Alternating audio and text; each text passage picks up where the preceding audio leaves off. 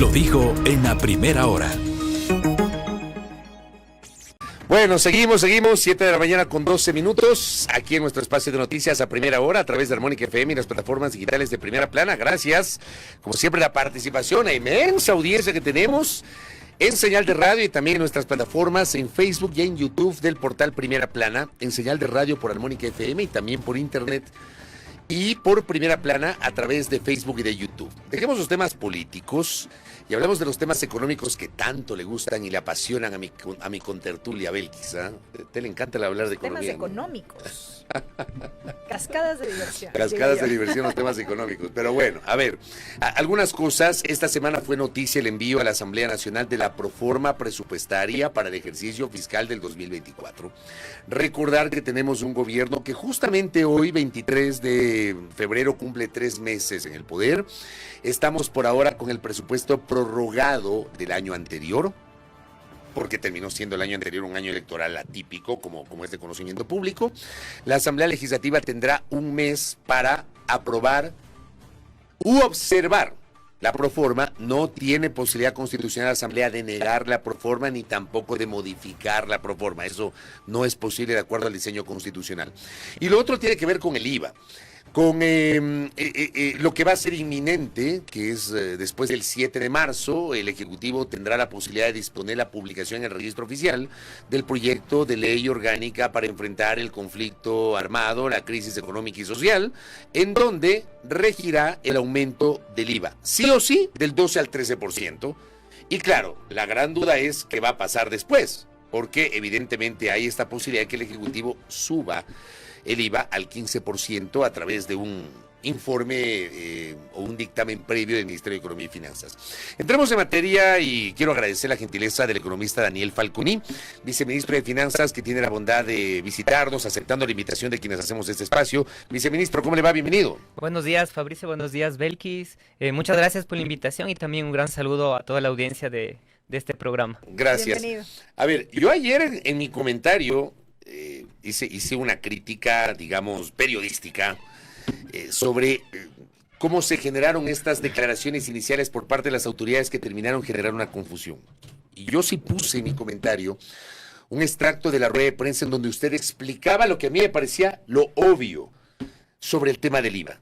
Yo le pido a usted que le explique a la audiencia, despacito, con maicitos, ¿cómo va a funcionar el tema del IVA, por favor, para que no haya malas interpretaciones, para que no haya tergiversaciones y para que tengamos claridad sobre lo que se viene? Tenga la bondad, economista. Claro, Fabricio, muchas gracias por la pregunta. Yo creo que es importante justo mencionar el estado de situación del proceso de ese proyecto de ley. En este momento, la Asamblea Nacional ya finalizó el tratamiento de la misma.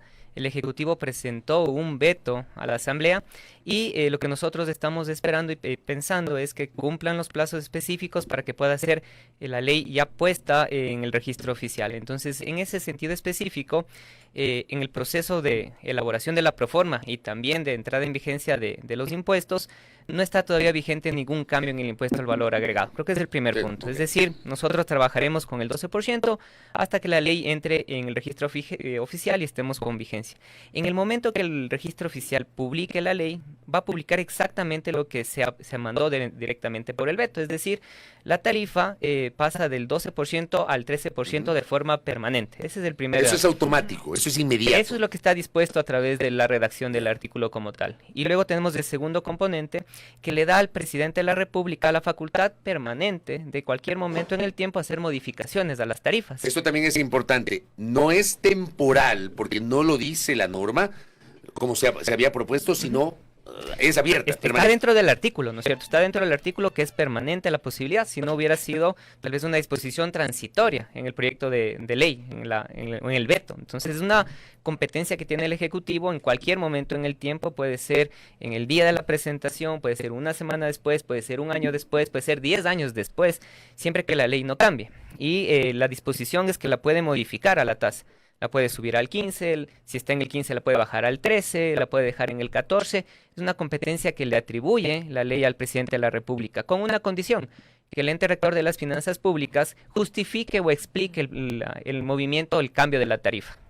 Viceministro, Pero justamente en el ánimo de aclarar toda esta confusión que se generó a propósito de declaraciones y demás, si bien el incremento regirá de forma inmediata al 13% una vez que se publique en el registro oficial, ¿será en el corto plazo que el gobierno nacional determine este incremento al 15% como lo faculta la norma, si es que el presidente así lo considera? ¿Es un tema que en lo inmediato la población lo verá porque se lo está analizando a la interna? El ente rector de las finanzas públicas tiene la obligación de siempre tener listas las valoraciones cuando el presidente lo necesite. Y será la decisión del presidente, viendo las condiciones de la economía, la situación de las finanzas públicas, quien tome la decisión. Nosotros estamos siempre listos para poder entregar la información cuando la presidencia y el presidente lo necesite. Es decir, este informe técnico que dice la norma. El dictamen. El dictamen. Sí, nosotros prepararíamos el informe técnico con la justificación que se requiera para la decisión que tenga que tomar el presidente. Es decir, en este momento no es que existe ya oficialmente una recomendación de finanzas para que una vez que entre en vigencia la ley para enfrentar el conflicto interno armado, con el aumento de la tarifa del IVA del 12 al 13%, el presidente de la República casi de inmediato disponga una elevación al 15%. Eso no existe aún. No tenemos un informe como tal elaborado ya. Lo que nosotros tenemos es siempre una coordinación con el Servicio de Rentas Internas para ir evaluando cómo está la recaudación y sobre la base de esa información hacer las valoraciones que correspondan. ¿Finanzas le va a recomendar al presidente que se eleve el IVA al 15%, viceministro? Finanzas le va a presentar al presidente la situación fiscal. Las cuentas fiscales. Y le va a proponer siempre una alternativa para solucionar ¿Cuánto cualquier recauda un inconveniente. punto? ¿Cuánto recauda otro punto? Claro. ¿Cuál sería esa alternativa? ¿El incremento al 15? ¿El incremento al 14? Lo que nosotros necesitamos es tener finanzas públicas estables en el tiempo. Es lo que nosotros más requerimos en este momento. Porque finanzas públicas estables quiere decir que los proveedores tienen pagos a tiempo, quiere decir que los servidores públicos tienen sus sueldos y remuneraciones en el momento, que el Estado cumple con sus obligaciones. Ese es el objetivo del ente rector de las finanzas públicas. Y que tiene que estar atado y tiene que estar vinculado a la realidad económica. Y ese es el ejercicio que vamos a hacer. Entonces, me parece que queda claro, una vez que se publique en el registro oficial tendremos este cambio de la tarifa. Ahora, también para que quede claro, vamos a imaginarnos que el 8 de marzo ya se publique en el registro oficial, el IVA pasa del 12 al 13%. Se empieza a cobrar el IVA o los consumidores pagaremos en la tasa del 13% del IVA desde el momento que entre en vigencia o a partir del 1 de abril, viceministro. En temas tributarios, para asegurar a los contribuyentes que tengan claro qué es lo que está pasando, tenemos un principio fundamental, y es que cualquier cambio en los impuestos rige a partir del siguiente periodo fiscal en el cual está enmarcado cada impuesto. Por ejemplo, el impuesto a la renta tiene una medición anual. No podríamos cambiar un impuesto a la renta dentro del mismo año. Esperamos al año siguiente y después comenzamos la tributación. Lo mismo pasa con el IVA. El IVA es un impuesto de ciclo mensual. Cualquier cambio que se haga en el mes correspondiente recién rige a partir del primer día del siguiente mes. Entonces, en el momento que cambie la ley, si es que entra ya a través del registro oficial, este cambio automático inmediato del 12 al 13, si es en el mes de marzo, la tarifa comienza a pagarse en abril. Y entonces cualquier otro cambio que se haga tiene el mismo principio. O sea, aunque se publique en el registro oficial en marzo, en la práctica empezaremos a pagar la tasa de la nueva tarifa del IVA a partir del 1 de abril. Así es, ajá. Ya, y teníamos una pregunta de un oyente sobre el 5%, Belkis. Sí, esta es una pregunta que a propósito del análisis que hemos hecho sobre el tema del IVA en estos últimos días, nos la han hecho de forma recurrente y tiene que ver con cómo va a regir esto del impuesto del 5% a los materiales de construcción. Piden, por favor, que lo explique. No, es el mismo principio. Aquí el tema específico es que cambia la tarifa, se reduce la tarifa, y eso quiere decir que quien compre en una ferretería, quien compre en un local materiales de la construcción, al acercarse a caja a pagar, va a tener un IVA diferenciado. En los ítems que correspondan, en lugar de que la tarifa sea el 13, hablando que entran al mismo tiempo las reformas, tendrá una tarifa del 5%. Esto igual desde el mes de abril, considerando que la norma ley, claro, entra en vigencia en el registro oficial a partir del próximo mes. Exactamente. Si la ley se publica en marzo, el 1 de abril entran todos los cambios correspondientes a esa ley. Correcto. A ver, yo sobre eso tengo una duda. Hablamos de que si mañana o pasado yo, constructor, adquiero materiales de construcción, la tarifa será del 5%, ¿verdad? Sí, o sea, ya cuando la ley esté vigente, estemos en el nuevo mes, la tarifa es del 5%, ese es el pago que tengo que hacer del impuesto. Pero por otra parte, entiendo que había también esta duda de los constructores y me parece que eso habría que reglamentarlo, no sé si ustedes o el Servicio de Rentas Internas, porque sí, se benefician de ese 5%, pero por otra parte, para el resto tienen que pagar no sé si el 13 o el 15%, pero la nueva tarifa que vamos a pagar todos los ecuatorianos. ¿No hay ahí, digamos, una contradicción para el sector de la construcción, viceministro? Bueno, en primer lugar, es exactamente lo que usted comenta. Tienen IVAs de compra versus IVA de venta. Lo que uno tiene que analizar es la estructura, porque no todo lo que los constructores compran tiene IVA. O sea, hay mano de obra y otras cosas que no pagan impuesto al valor agregado. Pero sí es necesario revisar exactamente cómo se va a aplicar para que el sector de la construcción pueda tener una claridad de cómo manejar sus impuestos. Y esa claridad, si es necesario, en el reglamento hay un espacio importante para que se pueda ejecutar. Entonces, sí va a haber un reglamento para estas especificidades. Siempre que hay un cambio específico en impuestos, tenemos la obligación de revisar los reglamentos para que estén armonizados. ¿En cuánto tiempo le tomaría al ministerio tener lista la reglamentación? La reglamentación se expide a través de decreto ejecutivo. Nosotros participamos con el Servicio de Rentas Internas. Generalmente los plazos suelen ser bastante cortos para no tener inconvenientes cuando el impuesto ya entre en ejecución. Entonces, no sé, tal vez unas 2 semanas será el periodo que nosotros tengamos para analizar y procesar el cambio de reglamento. Viceministro Daniel Falconi, ¿qué va a pasar con el impuesto a la salida de divisas? ¿Qué está proyectado una vez que entre en vigencia esta ley? Bueno, el impuesto a salida de divisas, recuerden que en el mes de diciembre el Ejecutivo envió un decreto para evitar que la tarifa se reduzca y se quedó en el 3.5. Entonces, ese es el estado de situación actual. Es un impuesto que porque tiene en diciembre, un perdón que le rendimiento. interrumpa, para enero, digamos, para este año tenía que regir una nueva reducción del ISD al 2%, ¿verdad? Sí. Finalmente se quedó en el 3.5 con esta decisión del Ejecutivo. Exactamente, porque además la Corte Constitucional hizo un acto adicional para permitir que por un año más la tarifa sea un poco más elevada. Entonces eso nos permitió a nosotros apalancar el decreto ejecutivo para que se quede en el 3.5%. Ahora, la alternativa que también se tiene con este proceso de reforma de ley es que vuelva al 5%. Y ese también es un espacio interesante para tener ingresos permanentes para el gobierno central. Una recaudación que nutre al erario nacional y que nos permite también tener movilidad para ciertos casos. ¿Pero hay ya una decisión de subir al 5% el ISD o todavía no? Todo está bajo evaluación todavía, porque no está publicada la ley, porque todavía no está vigente la competencia de que se pueda modificar. Y como le digo, nosotros tenemos siempre la obligación de presentar las mejores alternativas al señor presidente. Y está siempre todo bajo valoración. Respecto del impacto de estos otros elementos que se introdujeron en esta reforma, viceministro, las contribuciones, por ejemplo, esta contribución especial que se fijó para la banca, el impacto que esto tendrá ya en las cuentas fiscales. Eso es de aplicación automática, porque en esa parte la ley es mandatoria. Se define cómo se calcula, se tiene la diferenciación entre diferentes tamaños de la banca, y entonces ya lo único que tenemos que hacer es coordinar con el Servicio de Rentas Internas los procesos de cobro que corresponden. Pero ¿a partir de cuándo deberían los bancos, cooperativas y los grandes grupos económicos pagar esta contribución temporal? Esto lo vamos a definir con el Servicio de Rentas Internas en el transcurso de estos días para ver exactamente cómo se hace el proceso de cobro de esos gravámenes. Correcto. Dejemos este tema de la ley. Creo que ha sido muy interesante la explicación que usted nos ha dado respecto de lo que se viene. Hablemos de la proforma. Le pregunto a usted si es real el hecho de que no hay recortes significativos en la proyección presupuestaria para este año pese a las complejidades económicas que tiene el país, viceministro.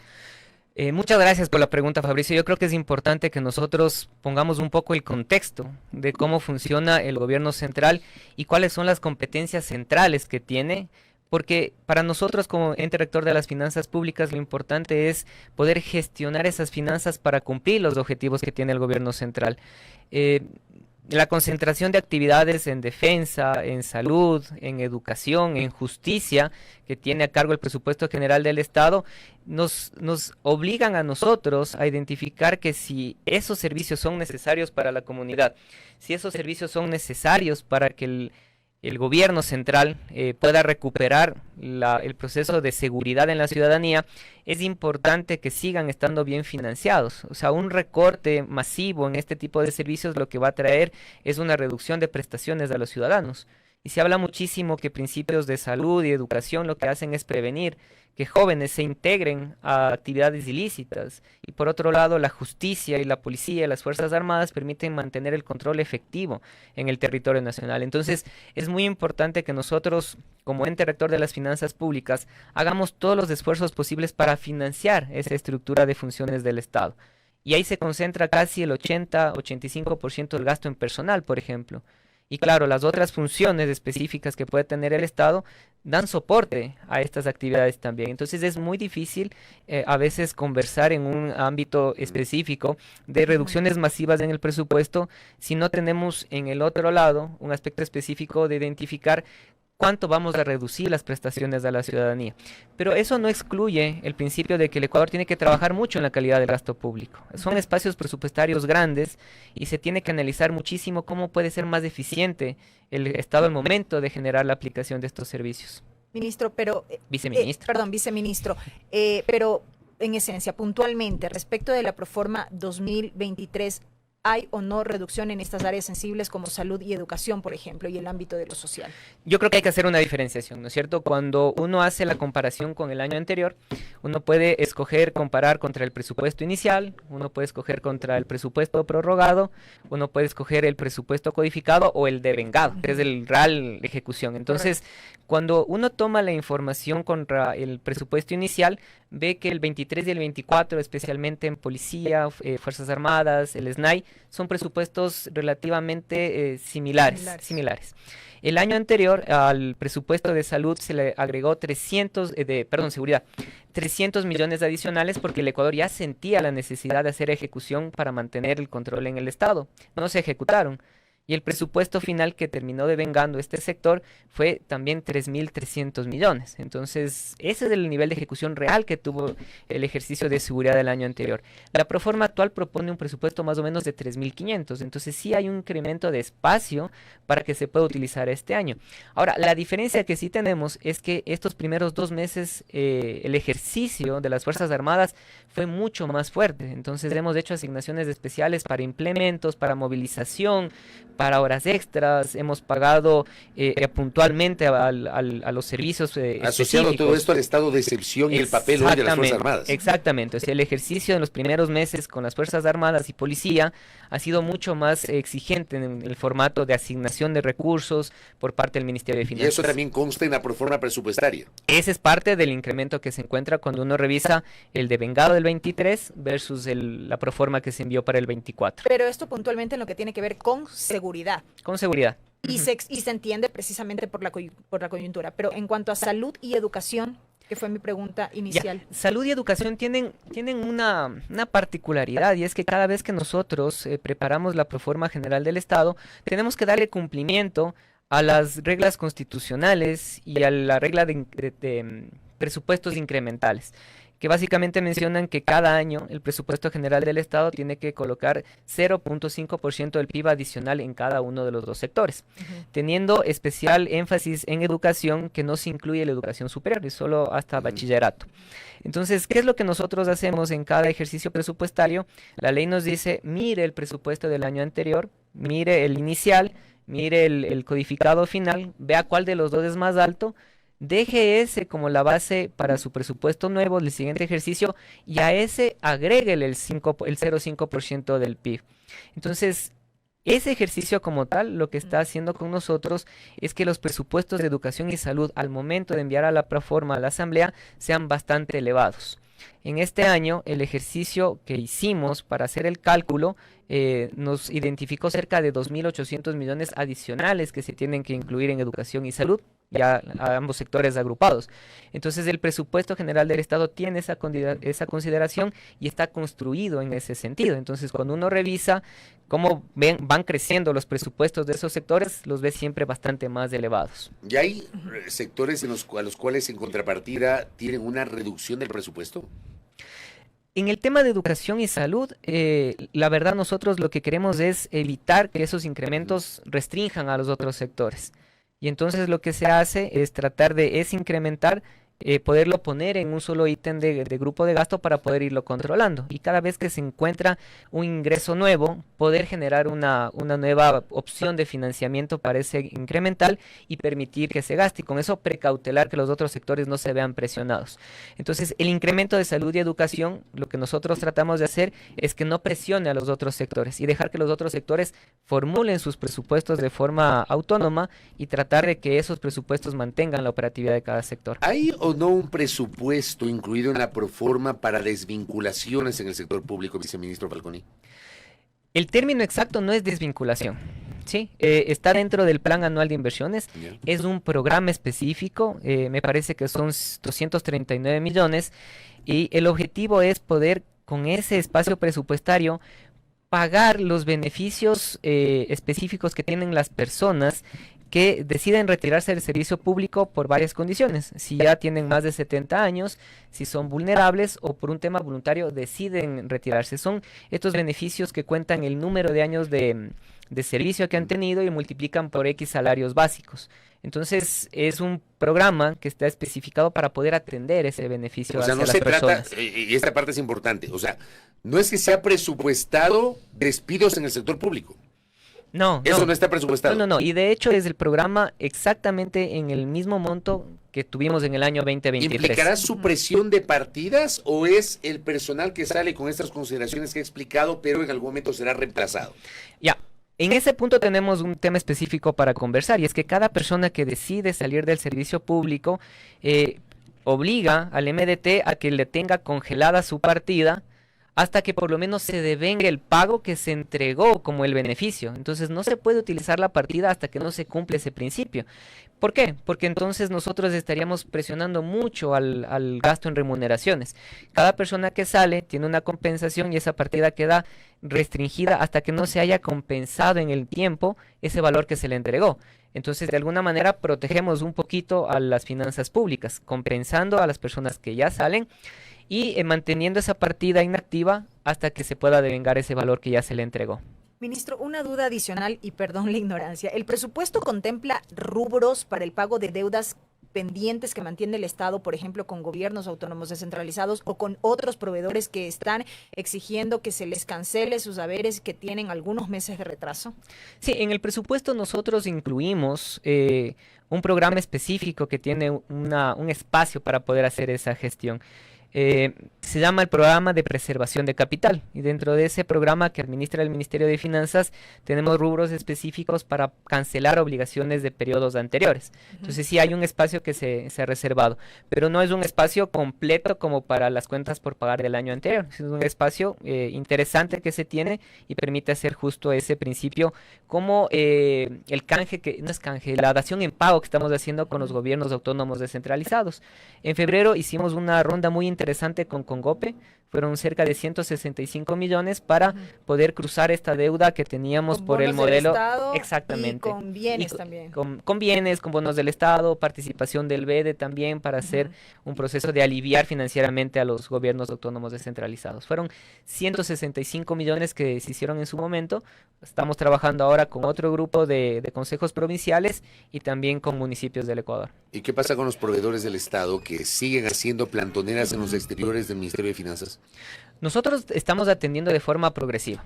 Hay una programación de caja, hay un acuerdo ministerial que dispone la forma en que tenemos que atender a sectores prioritarios, y en cada semana hacemos programaciones para atender de forma progresiva. Hemos cuidado mucho el tratamiento de ir de atrás hacia adelante. O sea, los pagos que están más atrasados, los famosos CUR, que siempre se mencionan. El CUR de pago. El CUR de pago, y luego que se hace contable y que hay que darle tratamiento específico.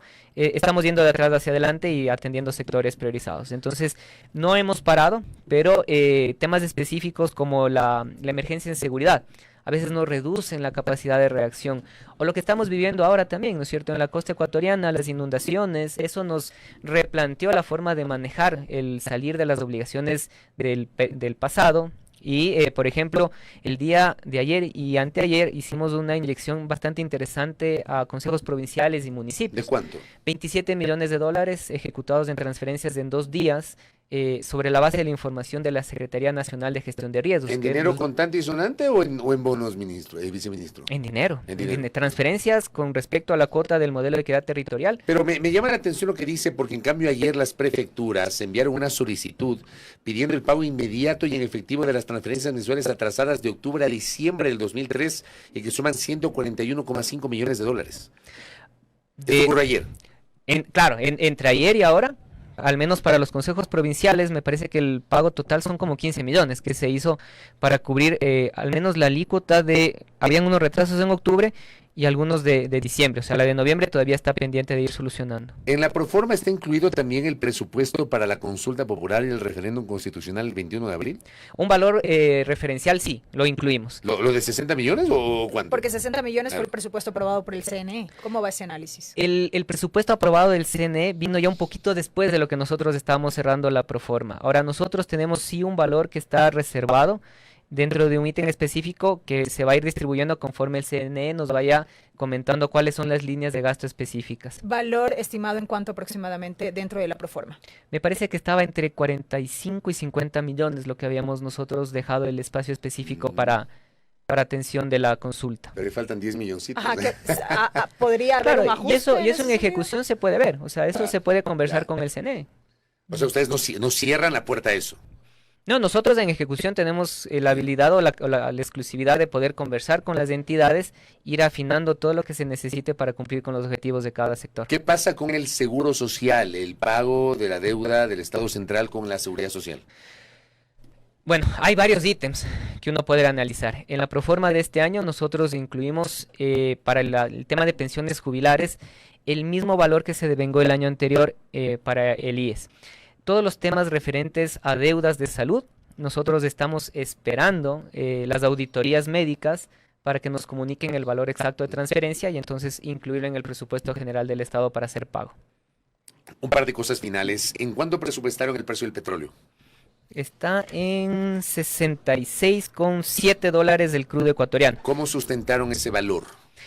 Generalmente el Ecuador tiene un castigo respecto a los precios como el WTI, más o menos de entre 9 y 10 dólares, ¿no es cierto? Cuando nosotros hicimos el análisis, veíamos que el precio podría estar entre 75 y 80 dólares del WTI. Y eso nos dejaría un precio de 75 dólares más o menos que se podría poner al punto más alto del crudo ecuatoriano. Aún así, ese valor que usted nos dice termina siendo conservador frente a esa proyección. En petróleo es muy difícil decir si uno es conservador o no. O sea, esta semana nosotros podemos decir, qué bestia, estamos muy bien, estamos 5 o 6 dólares de espacio. Tal vez en 3 meses estamos 5 dólares de arriba. Pero justo con ese principio de tener espacio, no nos pegamos al monto máximo que estábamos viendo en el mercado, sino que nos hicimos una desviación hacia abajo para tener este espacio de ejecución en el tiempo. Entonces, ¿de cuánto es el déficit? Y con eso cierro, ministro. Viceministro. Le he dicho ministro varias veces y también viceministro. El déficit que está en la proforma de este año son 4.800 millones de dólares. ¿Cómo lo van a financiar? Ya, bueno, básicamente ahí hay que mencionar que al déficit también se le tiene que sumar las amortizaciones de la deuda pública, las cuentas por pagar del año anterior. Y claro, nosotros tenemos un plan de financiamiento por casi 11.000 millones de dólares que ejecutar en este ejercicio. La mitad, un poquito más allá de la mitad, viene de financiamiento interno y la otra parte de financiamiento externo. ¿Y de dónde vamos a sacar ese financiamiento externo? Financiamiento externo principalmente con multilaterales. Ya hay créditos que están contratados, créditos datados, algunos de libre disponibilidad que ya están identificados. Pero sí tenemos que trabajar para completar la contratación de lo que resta del año. ¿Lo del ITT? El ITT en las proyecciones económicas que nosotros tomamos, que se hicieron en septiembre del año anterior, no estaba considerado en ejecución. Entonces el ITT habrá que ver cómo evolucionan los tratamientos que estamos teniendo con la Corte Constitucional en el proceso de comunicación del Ejecutivo. Y claro, cada vez que haya una ejecución es un valor adicional que entraría al presupuesto general del Estado. Pero en el presupuesto está o no incluidos los ingresos por la explotación de los campos ITT. No está. Porque en el año anterior, cuando se hizo la programación económica, el ITT tenía el principio de que no regía para todo el año 2024.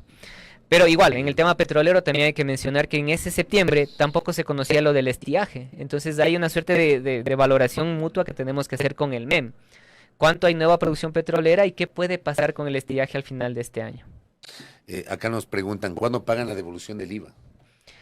Para las personas vulnerables, adultos mayores, nosotros estamos haciendo ya inyecciones desde el mes de enero para igualarnos un poquito con el servicio de rentas internas.